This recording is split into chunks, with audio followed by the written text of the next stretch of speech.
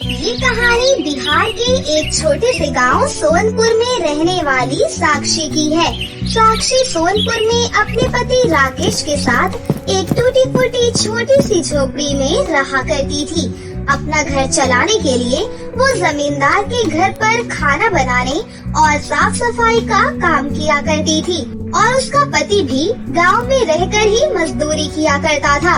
ऐसे ही वो लोग जैसे तैसे करके अपनी गरीबी में गुजारा कर रहे थे। दोनों ही पति पत्नी सुबह होते ही अपने अपने काम पर निकल जाया करते थे। लेकिन जिस जमींदार के घर पर साक्षी काम किया करती थी, उस जमींदार की नीयत साक्षी के प्रति कुछ ठीक नहीं थी। वो हमेशा साक्षी को काम करते समय घूरा करता था और उसे ज्यादा से ज्यादा काम देकर उसे अपने घर पर ही रोकने की कोशिश किया करता था। ऐसे ही आज भी। साहब, मैंने सारा काम कर लिया है और आपने जो अलग से काम बताया था ना, मैंने वो भी कर दिया है, तो अब मैं चलती हूँ। साक्षी की ये बातें सुनकर जमींदार अपने मन ही मन में सोच रहा था। अरे वाह, भला की खूबसूरत होने के साथ साथ ये साक्षी काम में भी कितनी तेज है। अरे इसे तो मेरी पत्नी होना चाहिए था। कहाँ उस गरीब राकेश के चक्कर में फंस गई है। लेकिन इसे अपना बनाने के लिए मुझे कुछ न कुछ तो करना ही होगा। वही साक्षी इतना कहकर वहाँ से वापस अपने घर आ जाती है। साक्षी जैसे ही घर आती थी तो सबसे पहले अपने प्यारे मिट्ठू को कुछ खाने को देती थी। दरअसल वो मिट्ठू राकेश ने साक्षी को उनकी एनिवर्सरी पर दिया था, इसलिए साक्षी उस मिट्ठू का बहुत ख्याल रखती थी। और उस मिट्ठू की खास बात ये थी कि वो बहुत अच्छे से इंसानों की तरह बात किया करता था, इसलिए साक्षी को उससे बातें करना बहुत अच्छा लगता था। ये लो मिट्ठू मियाँ, अपना खाना खा लो। माफ करना, आज मुझे घर आने में थोड़ी देर हो गई। वो क्या है ना, साहब ने कुछ दूसरा काम भी बता दिया था, बस इसी वजह से मुझे घर आने में देर हो गई। इसलिए अब तुम जल्दी से अपना खाना खा लो। साक्षी, तुम मेरा कितना ख्याल रखती हो, तुम्हारा बहुत बहुत शुक्रिया। सच में मिट्ठू मियाँ, तुम बहुत ही प्यारे हो और तुमसे बातें करके तो मैं अपनी सारी तकलीफें ही भूल जाती हूँ। ऐसे ही साक्षी के दिन बीत रहे होते हैं, तभी बारिश का मौसम शुरू हो जाता है और सोनपुर में तो बारिश के समय काफी ज्यादा बारिश होती थी, जिस वजह से साक्षी घर आकर अपने पति से कहती है, सुनिए जी, बारिश का मौसम आ गया है, कहीं ज्यादा बारिश न होने लग जाए तो हमें उससे पहले ही अपनी झोपड़ी की थोड़ी बहुत मरम्मत करवा लेनी चाहिए, वरना इस झोपड़ी के अंदर तो बारिश बिताना बहुत मुश्किल हो जाएगा। और ऊपर से यहाँ पर इतनी बारिश भी होती है, कहीं तेज बारिश की वजह से हमारी झोपड़ी की छत ही न उड़ जाए। मैं तुम्हारी बात समझ रहा हूँ साक्षी, लेकिन घर की मरम्मत करने के लिए हमारे पास पैसे कहाँ हैं? जितने भी पैसे हम कमाते हैं वो सारे पैसे तो घर के खर्चे में ही निकल जाते हैं, तो ऐसे में हम घर की मरम्मत कैसे करवाएंगे? अरे आप उसकी चिंता मत करिए जी, मैं जमींदार साहब से बात करके देखती हूँ, शायद वो हमें कुछ पैसे दे दे, फिर उन पैसों से हम अपने घर की मरम्मत करवा लेंगे और धीरे धीरे करके साहब के पैसे भी लौटा देंगे। ठीक है साक्षी, जैसा तुम्हें सही लगे। इतना कहकर साक्षी अगले दिन ही जमींदार से इस बारे में बात करती है और उनसे कुछ पैसे उधार मांगती है। वहीं साक्षी की ये बातें सुनकर जमींदार मन ही मन बहुत खुश हो रहा था, क्योंकि जिस मौके का वो कब से इंतजार कर रहा था, आज उसे वो सुनहरा मौका मिलने वाला था। इसलिए वो कहता है, ठीक है, बताओ साक्षी, तुम्हें कितने पैसे चाहिए? ज्यादा नहीं साहब, यही कुछ 1 लाख रुपए। ठीक है, मैं तुम्हें 1 लाख रुपए दे दूंगा, लेकिन मेरी एक बात का ध्यान रखना, मुझे मेरे पैसे सूद समेत ही वापस चाहिए, वरना मैं कुछ भी कर सकता हूँ, तुम्हें तो पता ही है ना। हाँ हाँ ठीक है साहब। इतना कहकर साक्षी जैसे ही वो पैसे लेकर घर जा रही होती है, उसी समय जमींदार अपने किसी आदमी को भेजकर साक्षी के हाथों से वो पैसे छीनकर लाने के लिए कह देता है। और ऐसा होता भी है। साक्षी जब घर जा रही होती है, तभी जमींदार का वो आदमी आकर साक्षी के हाथों से वो पैसे छीनकर भाग जाता है। साक्षी काफी देर तक उसका पीछा करती है, लेकिन वो उसको नहीं पकड़ पाती। इसलिए वो रोते हुए कहती है हे ऊपर वाले, ये क्या हो गया? इतनी मुश्किल से मुझे पैसे मिले थे और वो भी चोरी हो गए। अब मैं क्या करूँगी? और जमींदार साहब को उनके पैसे मैं कहाँ से ला कर दूंगी? मैं तो उन पैसों का कोई इस्तेमाल भी नहीं कर पाई। मुझे साहब को इस बारे में बताना होगा, शायद वो मेरी परेशानी को समझे और मुझे कुछ पैसे और उधार दे दे। इतना कहकर साक्षी रोती हुई जमींदार के पास वापस जाती है और उसे सारी बातें बताती है। साहब, मेरे साथ अनर्थ हो गया। जो पैसे आपने मुझे दिए थे, उन पैसों को मुझसे कोई चोर छीन कर ले गया। इसलिए आप प्लीज मुझे एक बार फिर से पैसे दे दीजिए। मैं आपके सारे पैसे सूद समेत आपको वापस लौटा दूंगी। अरे साक्षी, इस तरह नहीं रोते। इधर बैठो, तुम्हारे फूल से चेहरे पर ये आंसू शोभा नहीं देते हैं। साहब, ये आप क्या कह रहे हैं? अरे साक्षी, तू अभी तक मेरी बातों को समझ नहीं पाई। चलो कोई नहीं, मैं तुम्हें तुम्हारे तरीके से ही समझाता हूँ। तुम्हें दोबारा से पैसे चाहिए ना, तो ठीक है, मैं तुम्हें पहले से भी ज्यादा पैसे दूंगा और तुम्हारे पहले के पैसों को भी माफ कर दूंगा। लेकिन उससे पहले मेरी एक शर्त है। कैसी शर्त साहब? मैं कुछ समझी नहीं। मैं तुम्हें समझाता हूँ। तुम्हें अपने उस गरीब पति राकेश को छोड़कर मेरे पास आना होगा और मुझसे शादी करनी होगी। तुझे तो पता ही है ना, मेरी पत्नी मुझे कुछ साल पहले ही छोड़कर जा चुकी है, तो उसकी जगह किसी को तो मेरे पास होना ही चाहिए ना। ये आप क्या कह रहे हो साहब? आप मेरी गरीबी का फायदा उठाना चाहते हो? एक शादीशुदा औरत से इस तरह की बातें करते हुए आपको शर्म नहीं आती? अरे मैं तो आपको एक अच्छा और भला इंसान समझती थी, लेकिन आप तो एक नंबर के घटिया और मक्कार इंसान हो। तेरी इतनी हिम्मत, तू मुझे मक्कार कह रही है? अरे तेरे जैसी 2 कौड़ी की औरत को मैं अपने घर में खड़ा भी ना होने दूं। चल निकल यहाँ से, और आज के बाद दोबारा काम पर आने की कोई जरूरत नहीं है। जमींदार की बातें सुनकर साक्षी रोते हुए अपने घर वापस आ जाती है। उसे इस तरह परेशान और रोता हुआ देखकर वो मिट्ठू उससे पूछता है, क्या हुआ साक्षी? आज तुम इतनी परेशान क्यों लग रही हो? कुछ हुआ है क्या? मिट्ठू मियाँ की बात सुनकर साक्षी रोते हुए उसको सारी बातें बताती है। तभी मिट्ठू कहता है, कोई बात नहीं साक्षी, तुम चिंता मत करो। तुम्हें कोई और काम भी तो आता होगा ना, जिसे तुम बहुत अच्छे से कर सकती हो। हाँ, मुझे सिलाई का काम आता तो है। पहले मैं अपने घर पर वही काम करती थी, लेकिन जब से मेरी सिलाई मशीन खराब हुई है, तब से मैंने कभी वो काम नहीं किया और न ही मेरे पास इतने पैसे हैं कि मैं अपनी सिलाई मशीन को सही करवा पाऊँ। बस इतनी सी बात? तुम मुझे अभी अपनी सिलाई मशीन निकाल कर दिखाओ, मैं तुम्हारी सिलाई मशीन को बिल्कुल ठीक कर दूंगा। तुम एक बहुत अच्छी इंसान हो, तुमने मेरी बहुत मदद की है और मेरा कितने अच्छे से ख्याल भी रखा है। तो आज मदद करने की बारी मेरी है, तो दिखाओ अपनी सिलाई मशीन कहाँ है? इतना सुनकर साक्षी अपने पुराने बक्से से वो पुरानी सिलाई मशीन को बाहर निकालती है और उसी समय वो मिट्ठू उस सिलाई मशीन के ऊपर जाकर बैठ जाता है और उसके ऊपर चोट से 3 बार मारता है। उसके ऐसा करते ही साक्षी की सिलाई मशीन बिल्कुल चमक उठती है और बिल्कुल नई सिलाई मशीन बन जाती है। ये लो साक्षी, आज से तुम्हारी ये सिलाई मशीन एक जादुई सिलाई मशीन की तरह काम करेगी। तुम इससे अब कुछ भी सिला सकती हो, फिर चाहे वो बर्फ ही क्यों ना हो। क्या बर्फ?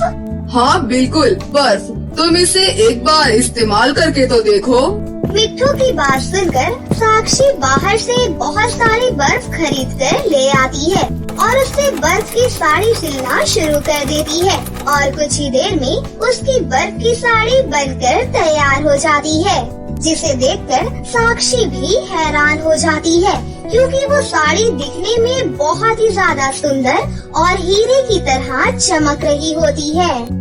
साक्षी, तुम एक बार इस साड़ी को पहन कर तो देखो, तुम्हें इसका असली जादू तब पता चलेगा। मिट्ठू की बात सुनकर चंदा जैसे ही साड़ी पहनती है तो उसे बहुत अच्छा लगता है क्योंकि वो बर्फ की साड़ी पहनकर भी साक्षी को बहुत गर्माहट सा महसूस होता है और उसे बिल्कुल भी ठंड नहीं लगती। तुम्हारा बहुत बहुत शुक्रिया मिट्ठू मियाँ, तुमने तो आज कमाल ही कर दिया।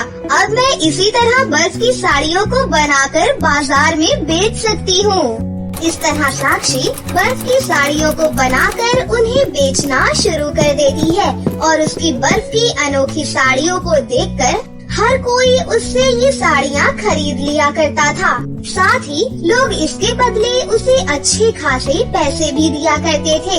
ऐसे ही साक्षी की अच्छी खासी कमाई होने लगती है और वो बहुत जल्द अपनी टूटी फूटी झोपड़ी को एक पक्के मकान में बदल देती है और फिर अपने पति के साथ हंसी खुशी से अपनी जिंदगी जीने लगती है। एक समय की बात है, मैजिक लैंड नाम का एक परीलोक हुआ करता था। उसी परीलोक में अर्चना नाम की एक परी भी रहा करती थी। अर्चना परी अपनी 3 बेटियों के साथ वहाँ पर रहती थी। उसकी तीनों बेटियाँ अमीशा, आशी और अदिति बहुत ही चंचल थी।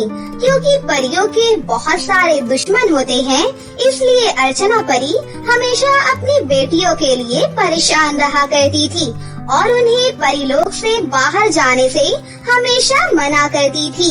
सुनो बच्चियों, मेरी बात ध्यान से सुनो।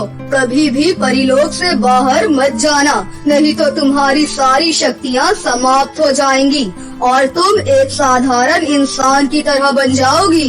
जी माँ, हम आपकी बात याद रखेंगे और कभी भी परीलोक से बाहर नहीं जाएंगे। इस तरह वो हाँ तो कह देती हैं, लेकिन उन्हें नहीं पता था कि आगे उनके साथ क्या होने वाला है। ऐसे ही एक दिन वो तीनों बहनें खेल रही होती हैं कि तभी अचानक वो तीनों खेलते खेलते परीलोक से बहुत दूर निकल जाती हैं और फिर वो थककर वहीं पर बैठ जाती हैं और आराम करने लगती हैं। लेकिन अचानक उन्हें होश आता है और वो यहाँ वहाँ देखने लगती हैं। अरे बाप रे, ये हम लोग कहाँ पर आ गए? हाँ दीदी, ये तो परीलोक जैसा बिल्कुल भी नहीं दिख रहा है। हाँ अमीशा, माँ ने हमें मना किया था पर हमने उनकी बातों पर ध्यान ही नहीं दिया और अब पता नहीं हम कहाँ पर आ गए हैं। फिर वो तीनों परियां अपनी शक्तियों का प्रयोग करने की कोशिश करती हैं, पर उनकी सारी शक्तियाँ गायब हो चुकी थी। इसलिए वो परेशान होकर रोना शुरू कर देती हैं। उन्हें अब कुछ भी समझ में नहीं आता है। फिर वो तीनों परियां यहाँ वहाँ चलना शुरू करती हैं और चलते चलते किसी गांव में पहुँच जाती हैं। चलते चलते उन तीनों को बहुत गर्मी होने लगी थी और तीनों को बहुत जोरों की प्यास लग जाती है। पर तभी उन्हें एक घर के सामने एक कुआं दिखाई देता है, लेकिन उन बेचारी परियों को कुएं से पानी निकालना आता ही नहीं था। फिर वो तीनों उस घर के अंदर चली जाती हैं, पर उन्हें घर के अंदर कोई भी दिखाई नहीं देता। वहीं सोफे पर फल की एक बड़ी सी टोकरी रखी थी और उन तीनों परियों को बहुत जोरों की भूख लगी होती है, इसलिए वो तीनों जल्दी से फल उठाकर खाने लगती हैं। वो फल खा ही रही थी कि तभी उस घर की मालकिन घर पर आ जाती है और उनसे गुस्से में बोलती है, अरे कौन हो तुम लोग? मेरे घर के अंदर कैसे घुसी और मुझसे बिना पूछे मेरे फल कैसे खाए? हमें माफ कर दीजिए, हमसे गलती हो गई। दरअसल हमें बहुत जोरों की भूख लगी थी, इसीलिए।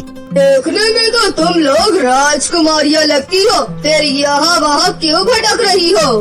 तब अदिति परी उस औरत को अपने परी होने की बात बता देती है। ये सुनकर वो औरत एक शैतानी मुस्कुराहट देती है। अरे वाह, तब तो तुम लोग मेरे बहुत काम आओगी। पर हमारे पास अब जादुई शक्तियाँ नहीं है।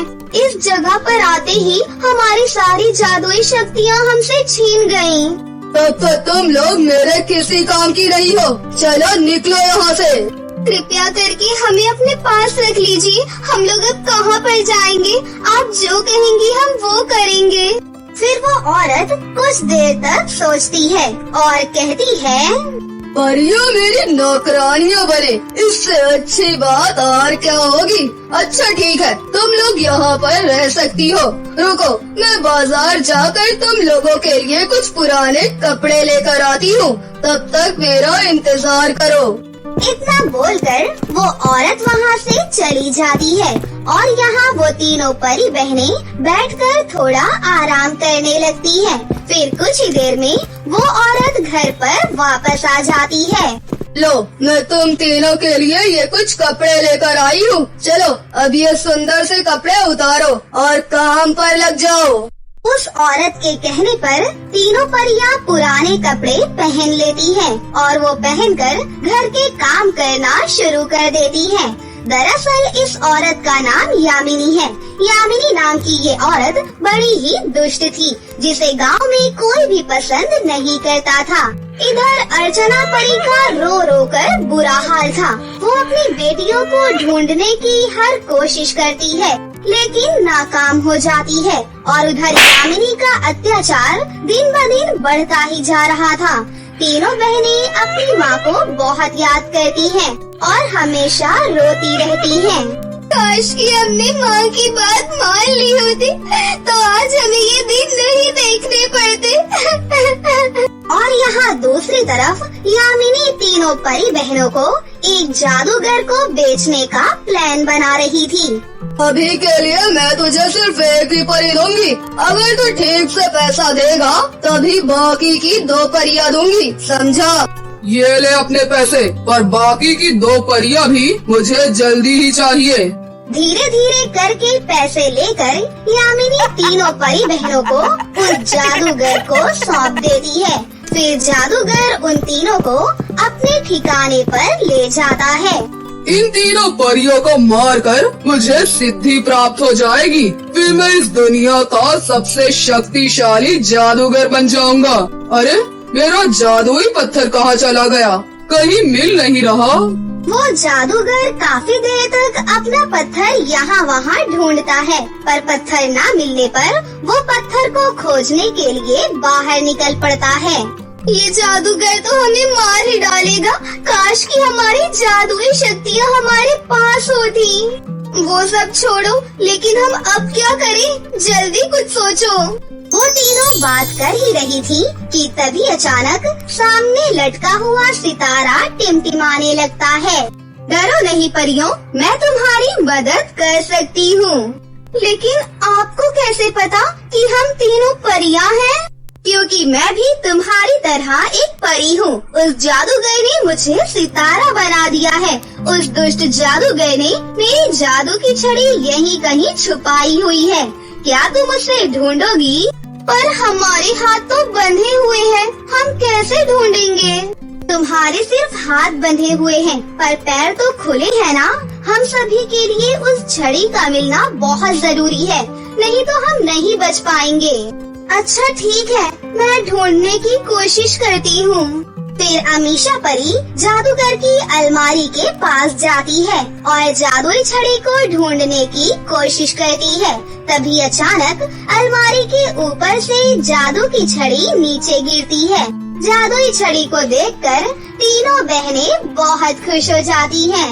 अब ऐसा करो, उस छड़ी को मेरी तरफ दिखाकर बोलो, हे जादुई छड़ी, सितारा अपने असली रूप में आ जाए। अमीशा परी के कहे मुताबिक बिल्कुल वैसे ही बोलती है। फिर जादुई छड़ी अपना जादू चलाती है और वो सितारा एक सुंदर सी परी में बदल जाता है। फिर वो जादुई छड़ी परी के पास चली जाती है। तभी परी बोली, मैं तुम्हें तुम्हारी जादुई शक्तियाँ तो वापस नहीं दिला सकती, पर मैं तुम तीनों को 3 जादुई लहंगे दूंगी, जो तुम्हें तुम्हारे परीलोक तक पहुँचा देंगे। फिर परी अपनी जादुई छड़ी से उन तीनों को जादुई लहंगा दे देती है। अब जल्दी से यहाँ से निकल जाओ, इससे पहले कि वो जादूगर वापस आ जाए। हमारी मदद करने के लिए आपका बहुत बहुत शुक्रिया परी जी। अच्छा ठीक है, अब हम चलते हैं। हे मेरे जादुई लहंगे, इन्हें फौरन से इनके परीलोक तक पहुँचा दो। जैसे ही परी ऐसा बोलती है कि तभी तीनों परियां हवा में उड़ने लगती हैं। फिर वो तीनों नन्ही परियां अपने परीलोक की तरफ रवाना हो जाती हैं। लेकिन जब वो जादूगर के घर से निकल रही थी, तभी जादूगर वहाँ पर आ जाता है और वो उन्हें देख लेता है, जिसके बाद वो उनका पीछा करने लगता है। परियां अपना पीछा करते हुए उस जादूगर को देख लेती हैं और उसका मजाक उड़ाने लगती हैं। अरे मोटी जादूगर, तू हमें पकड़ेगा? अपने आप को देखा है कभी आईने में? चल मोटे, हमें पकड़ के दिखा। उन परियों की बात सुनकर जादूगर गुस्से से लाल हो जाता है। फिर वो परियां तेजी से उड़ना शुरू करती है और वो जादूगर को बहुत नचाती है। वो कभी इधर जाती है तो कभी उधर जाती है। साथ में जादूगर भी उनके पीछे पीछे आता है। पीछा करते करते जादूगर बहुत थक जाता है। जादूगर को थका हुआ देखकर परियां अपनी फुल स्पीड में उड़ने लगती है और आखिरकार वो अपने परीलोक में पहुंच जाती है।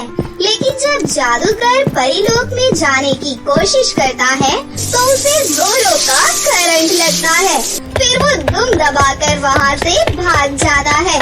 उधर अर्चना परी अपनी तीनों बेटियों को देखकर बहुत खुश होती है। फिर तीनों परियां अपनी माँ के गले लग जाती हैं और उस दिन के बाद से वो लोग हंसी खुशी से अपनी जिंदगी जीने लगते हैं।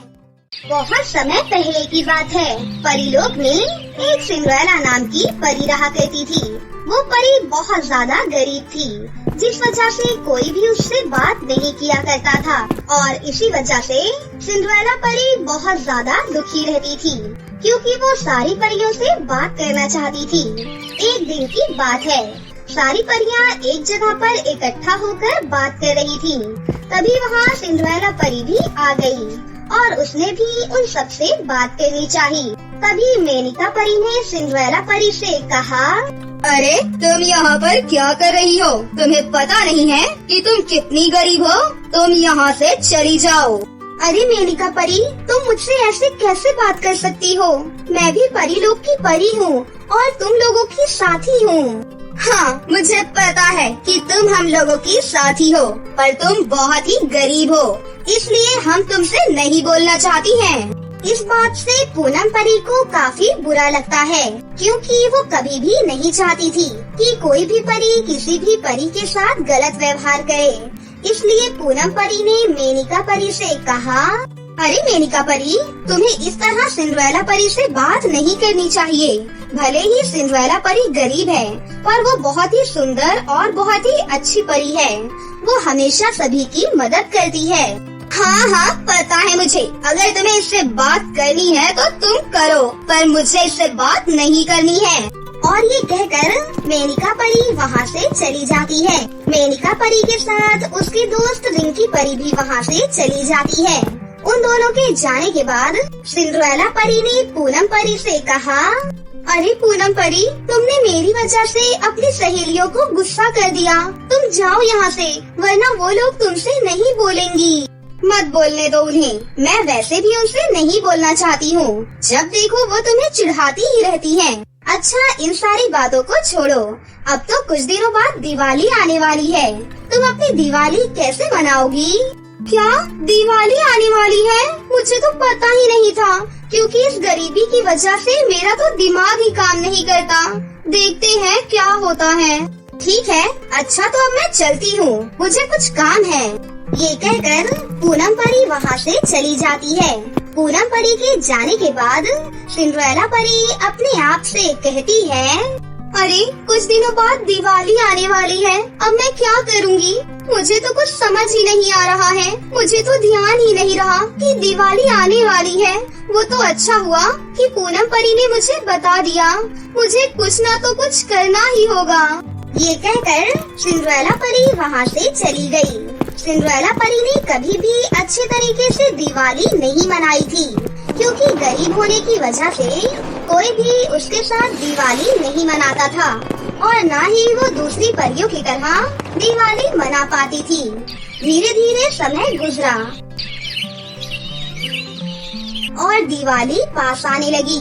इस वजह से वो बहुत ज्यादा परेशान रहने लगी, क्योंकि उसके पास इतने पैसे नहीं थे कि वो दिवाली की तैयारी कर पाए।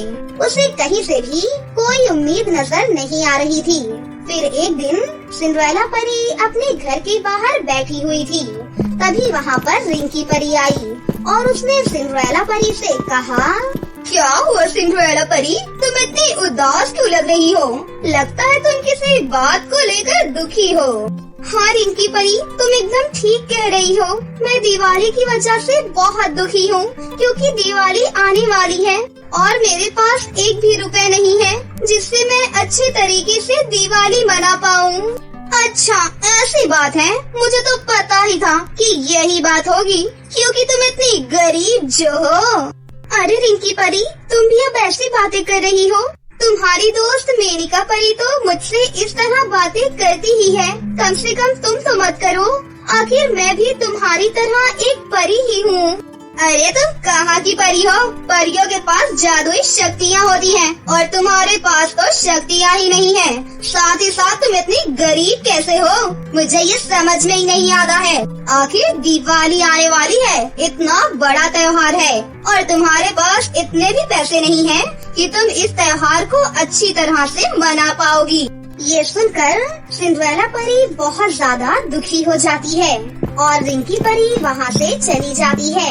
रिंकी परी के जाने के बाद सिंड्रेला परी अपने आप से कहती है, रिंकी परी एकदम ठीक ही कह रही थी। आखिर मैं इतनी गरीब क्यों हूँ कि मैं दिवाली भी अच्छी तरीके से नहीं मना पाती हूँ। पता नहीं ऊपर वाले ने मुझे इतना गरीब क्यों बनाया। उन्होंने मुझे परी तो बना दिया, पर लगता है ऊपर वाला मुझे शक्तियाँ देना भूल गया। ये सोचकर सिंड्रेला परी जोर जोर से रोने लगती है।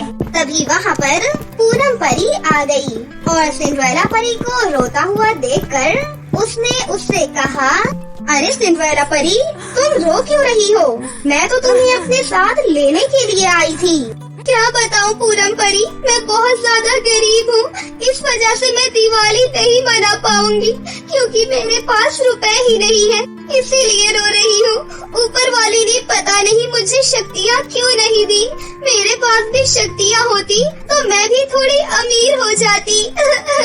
अरे तुम चिंता मत करो, मैं तुम्हें यहाँ पर लेने के लिए आई हूँ, क्योंकि रानी माँ ने सभी को अपने पास बुलाया है। क्या रानी माँ ने बुलाया है? पर रानी माँ ने क्यों बुलाया है? मुझे नहीं पता, ये तो वहीं जाकर पता लगेगा।